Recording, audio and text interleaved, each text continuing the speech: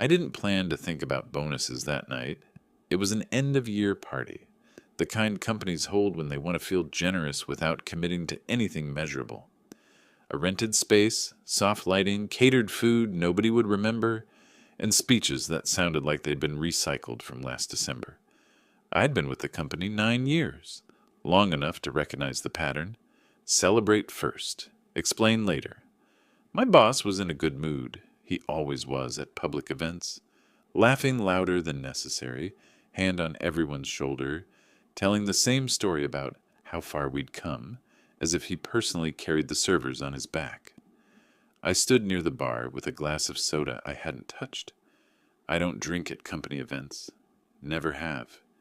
You hear more that way. That's when he walked over, not rushed, not drunk, not careless. He leaned in just enough so the people closest to us could hear, but not enough to make it feel like an announcement. "Did you get your 35K bonus?" he asked, smiling. The question landed wrong, not because of the number, but because of the confidence behind it, like he already knew the answer. Like this was supposed to be a friendly nudge, a shared joke, a confirmation. I didn't answer immediately. Around us, a few people went quiet, not silent, just attentive in the way offices get when something unscripted happens. I felt it in my chest first, not anger, recognition, because 2 weeks earlier I'd already seen my number, and it wasn't 35,000. Before I could respond, HR stepped in, literally stepped between us. "Hey," she said quickly, light voice, professional smile. "Let's not talk comp in public." Her hand touched his forearm. Not hard, not dramatic, but firm enough to interrupt the moment. My boss blinked, just once, then laughed it off. Right, he said. "Of course. My mistake." He turned away, already greeting someone else, already done with the interaction, but HR stayed. She looked at me for half a second too long, then smiled again, thinner this time. "Enjoy the evening," she said, and then she walked away. That was the moment. Not when he asked the question, not when she stopped it, but when I realized they hadn't stopped him because it was inappropriate.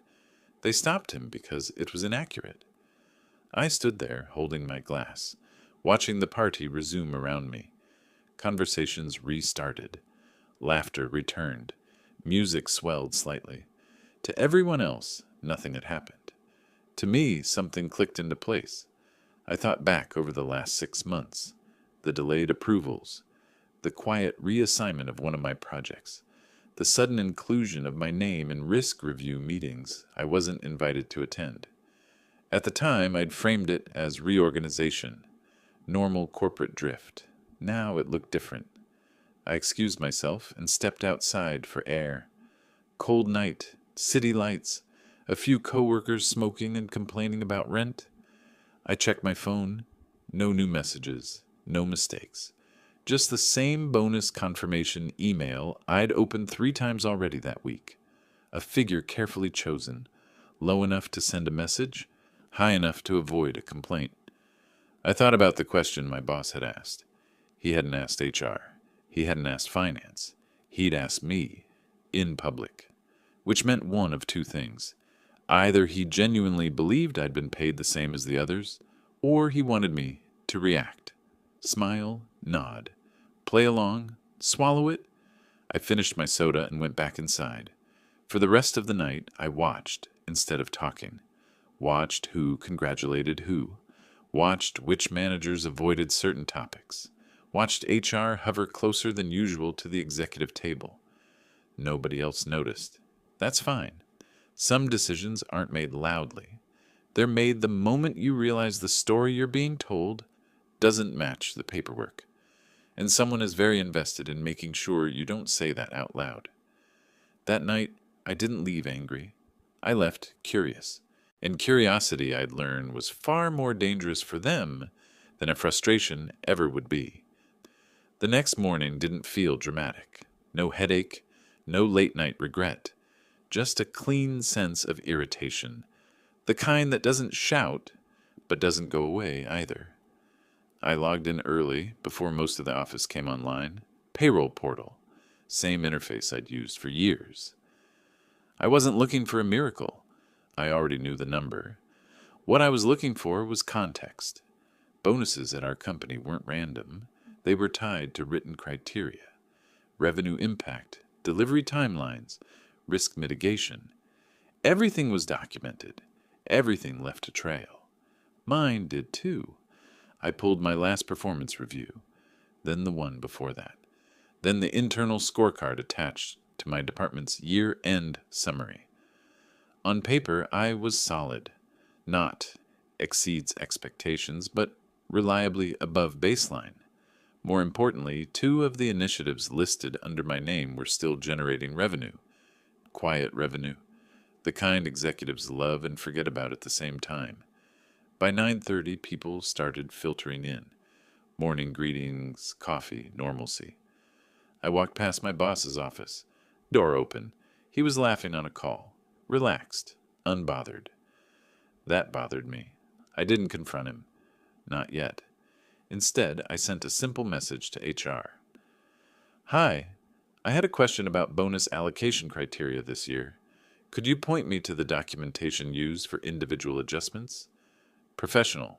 Neutral. Nothing emotional. The reply came an hour later. Happy to discuss in a 1-1. Let me check availability. No link, no document, no answer. I forwarded the same question to finance, someone I'd worked with before on forecasting models. Not a friend, but competent. Their reply was shorter. Comp questions usually go through HR. That was the second signal. By lunchtime, I understood the shape of the problem.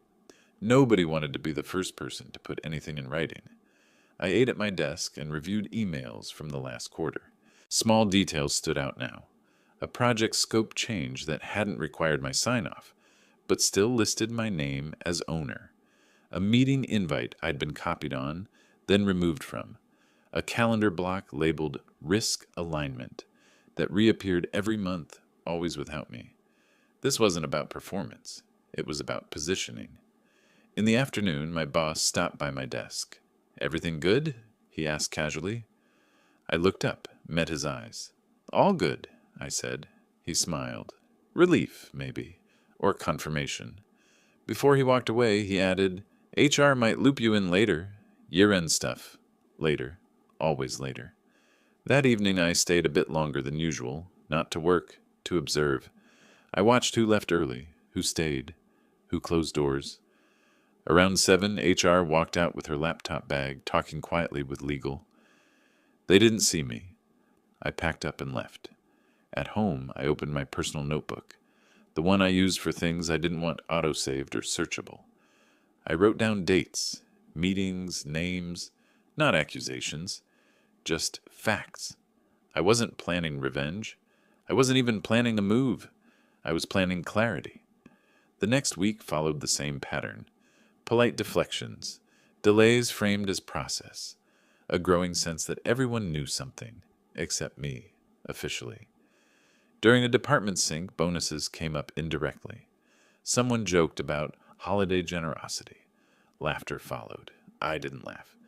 I noticed HR watching me from across the room. That's when it hit me. They weren't worried I'd complain. They were worried I'd ask the wrong question in the wrong room. One afternoon, I requested a meeting with my boss.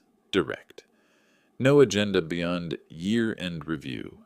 He scheduled it for the following week. Plenty of time to prepare. In the meantime, I kept working. Deliverables, updates, clean records. If this turned into a conversation about value, I wanted my side to be boringly undeniable. The night before the meeting, I reread my notes. A pattern emerged, not of malice, but of avoidance. They hadn't cut my bonus to punish me. They'd done it to manage exposure, and exposure meant risk. Which raised a bigger question. Risk to whom? That was when I realized something else. If I was being positioned as a liability, it wasn't because of something I'd done wrong. It was because of something I'd done right, quietly, over time.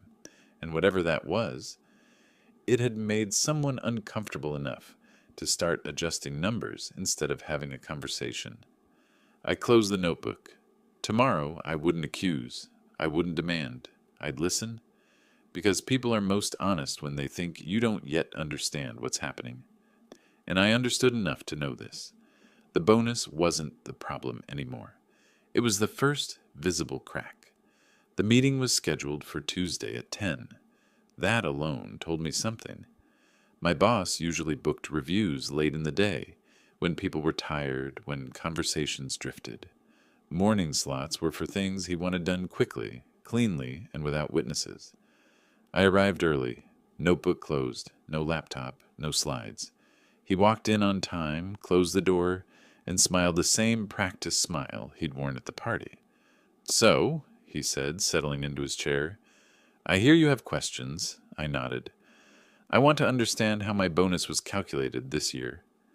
No accusation, no tone. He leaned back, hands folded, calm. "Overall performance was good," he said, "but there were considerations." "Considerations like what?" I asked. He hesitated, not long, but long enough. "Risk alignment," he said finally. There it was, out in the open. "I'm not sure I follow," I said. He smiled again. "Smaller now. You've been central," he explained, "to a lot of systems, processes, decisions. That's my job." "Yes," he said quickly. "And you've done it well. But when too much flows through one person, it creates dependency." I waited. "We're trying to rebalance," he continued. "Encourage distribution." I let the silence stretch. "So my bonus was adjusted," I said slowly, "because I'm effective?" He laughed softly, as if I'd said something naive. "Because you're exposed," he corrected. That word landed harder than anything else. Exposed, not inefficient, not underperforming. Exposed. I asked the next question carefully. "Is there documentation that reflects this concern?" His expression tightened, just a fraction. "This was a leadership decision," he said. "Not everything needs to be formalized." That was the break. In that moment, the whole picture snapped into focus. The projects I'd stabilized during the last audit, the emergency fixes I'd implemented when a vendor failed, the approvals I'd routed through myself because nobody else wanted the accountability. I hadn't built leverage on purpose. I'd built reliability, and reliability in the wrong context looks like risk. "Is HR aligned on this?" I asked. "Yes," he said, too quickly. "And finance?" Another pause. "They're aware," he said, "at a high level." We wrapped up 10 minutes later. No raised voices, no confrontation.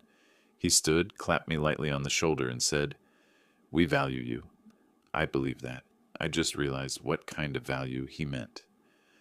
Back at my desk, I didn't open my inbox. I opened my calendar. I traced back 2 years of decisions.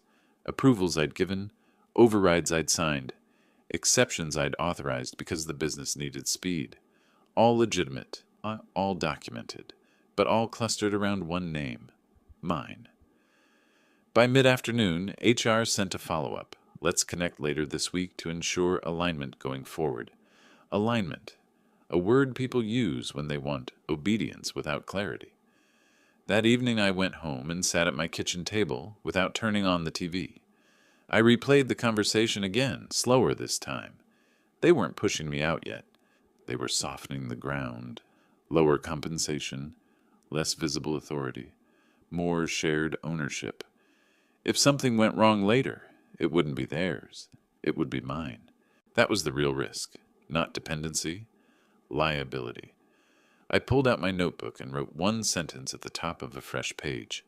"I am no longer absorbing risk for free." That wasn't anger. That was a boundary. The next day, I changed nothing publicly. I attended meetings, delivered updates, hit deadlines. But quietly, I began rerouting. Approvals went back to their original owners. Exceptions were documented and escalated. Decisions that used to happen in hallway conversations now happened in email threads. People noticed. By Friday, my calendar was lighter. By Monday, questions started coming in. "Can you just sign off, like last time? Can you handle this quickly?" This is how we've always done it. I answered every request politely, and declined everyone that wasn't mine to own. No drama, no speech, Just process. Midweek, HR finally booked the 1-1. She smiled, offered water, spoke carefully. "We want to make sure you feel supported," she said. "I want to make sure expectations are explicit," I replied. She nodded, wrote something down. "What are you concerned about?" she asked. I met her eyes. "Being treated as a control point," I said, "without authority or protection." Her pen stopped. That told me everything. I left the meeting knowing two things were true at the same time. They didn't want to fire me, and they couldn't afford for me to leave unprepared. That's a narrow space, and it's where leverage lives. If you're willing to stop being helpful and start being precise. That night, as I closed my notebook, one thought stayed with me. They believed they were managing a problem. They didn't realize they were revealing one. Things don't break all at once. They drift first. Small delays, missed handoffs, questions that sit unanswered for a few hours longer than usual.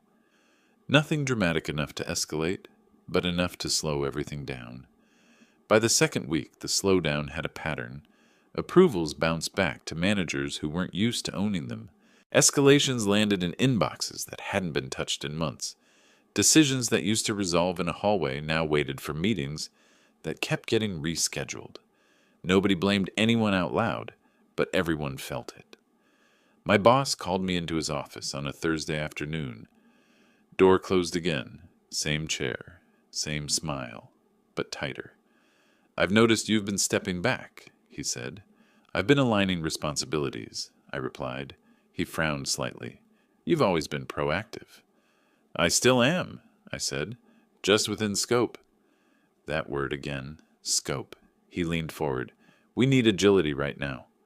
"Agility requires ownership," I said. "Ownership requires authority." He didn't answer that. Instead, he said, "Finance has questions." That was new. "What kind of questions?" I asked. He waved a hand. "Procedural. They're reviewing bonus allocations and downstream impacts." "Downstream," I nodded. "I'm happy to help." He looked relieved. "Good." I didn't add that help now meant documentation, not shortcuts. The next morning, I was copied on a thread between finance and compliance. Subject line, approval concentration review. I read it twice. They weren't investigating me. They were investigating the structure around me. Over the next few days, more people got pulled in. Project leads, risk managers, legal. HR stopped smiling. Meetings multiplied, calendars filled. Conversations got careful. One afternoon, a director from finance joined a call unexpectedly. No small talk, straight to questions. "Can you confirm who authorized the override on Project Atlas?" he asked. "That approval came from my office," my boss said quickly. I spoke up.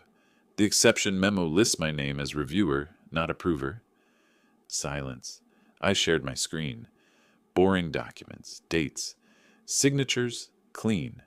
Nobody argued. Another call followed the next day. Different project. Same pattern. By now, people understood what was happening. Without me absorbing the friction, the system was exposed, not broken, just visible. HR scheduled a department-wide process alignment session. Everyone attended, cameras on. They talked about accountability, about shared responsibility, about lessons learned. Nobody mentioned bonuses, but they didn't have to. Late Friday afternoon, my boss asked for another meeting. This time, HR joined. No smiles. "We're doing a recalibration," HR said carefully, given recent findings. Findings. They offered a revised bonus adjustment, not the full amount. But closer. I looked at the number, then at them. "This isn't about money anymore," I said. They exchanged glances. "I need written clarity on role authority," I continued. "Decision rights, risk ownership, in writing." My boss shifted in his chair. "That's a bigger conversation," he said. "It's the only conversation," I replied. They asked for time. That weekend, I didn't think about work. I cooked, cleaned, went for a long walk without my phone, let the noise settle. On Monday morning, an email went out from compliance. Effective immediately, certain approval workflows are suspended pending review. Work stopped. Not completely, but enough to matter. People panicked quietly. By Tuesday, legal was involved. By Wednesday, my boss wasn't in the office. No announcement, no explanation, just absence. HR sent a brief note about temporary coverage. I sat at my desk, did my work, and waited. Late that afternoon, finance called me directly. Not to accuse, to understand. I answered every question calmly, with documents. No editorializing, no emotion. That night, I realized something unexpected. I wasn't enjoying this. Not because it was stressful, but because it was inevitable. Systems don't like ambiguity, and once ambiguity is exposed, someone always pays for it. Thursday morning, HR requested a final meeting. This one included legal. They spoke first. "We're restructuring leadership responsibilities," legal said, effective immediately. My boss was being reassigned. No title mentioned. No timeline. HR slid a document across the table. Updated role definition, clear authority, formal protections, and a bonus correction. Backdated. I read it slowly. Then I nodded. They waited for something else. Anger. Satisfaction. A comment. I gave them none. Because the truth was, the chaos wasn't my revenge. It was the bill coming due. All I'd done was stop paying it myself. The office didn't celebrate. There was no announcement, no all-hands call, no email thanking anyone for their patience. That's how these things end when they matter, quietly so nobody has to admit they missed something obvious.